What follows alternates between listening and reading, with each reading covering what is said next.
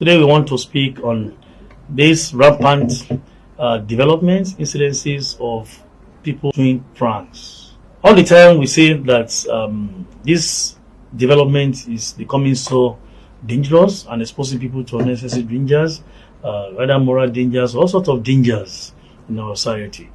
Those who are into this, who do pranks, they risk their lives a lot and they expose themselves to unnecessary danger, and of course they expose lives of other people to dangers. I just think there's need for us to speak to that.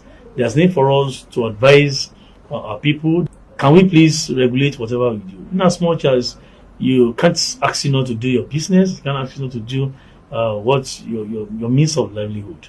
But this thing is becoming rampant and becoming so dangerous to us. Can we actually regulate this? Somebody was actually carrying a dummy gun one day, doing pranks. If police officers on patrol come across you, they will think it's real.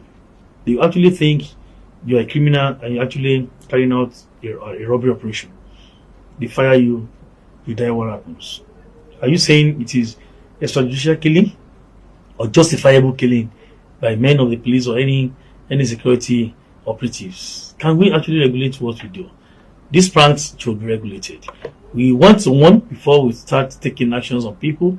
Fine, if you say a girl is not dressing properly, does it warrant you picking up a cane and beating the girl as if you are beating your daughter? Even if it's your daughter, I don't think you should beat your daughter in that manner. So this is getting out of hand, and I think we need to talk to ourselves on this. Pranks. And those of you that do pranks, please be very, very careful. Moderate what you do. There are things you do that will constitute offense, and you will not be able to hold it because the law is not respecter of anybody. The law will not pity you. The law will not consider you for anything, whatever it is. So far you are old enough to have criminal responsibility, you are going to face the music. You are going to face the law, the wrath of the law. So please don't regulate the way we do it. Pranks, fine, you can, but not the way the thing is going now. No regulation, no decorum. We do it at will, the way we want, and it's creating more problems for us in the society than the fun you think you are deriving from it. Can we please regulate or stop in totality? Because we are saying this so that I can call attention to it. Perhaps let's assume that you don't even know that this is becoming dangerous these days. But we are telling you now it's becoming dangerous. If you are doing that pranks and you face the music, you run into the consequences of it, it's better. But you're going to put an innocent person into problem.